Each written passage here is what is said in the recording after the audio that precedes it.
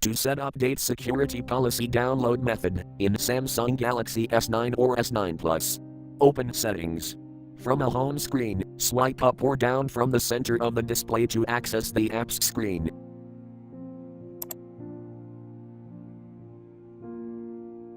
Tap Settings.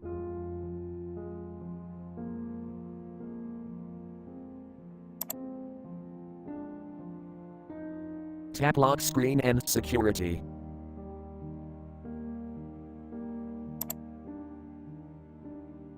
Scroll down.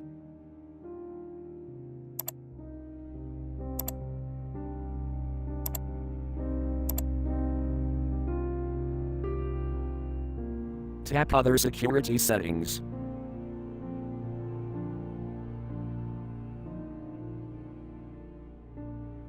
Tap Security Policy Updates.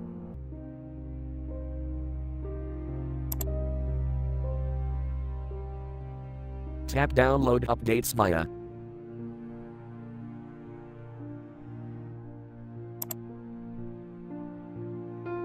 Select option you want. With the or mobile networks, or with the only.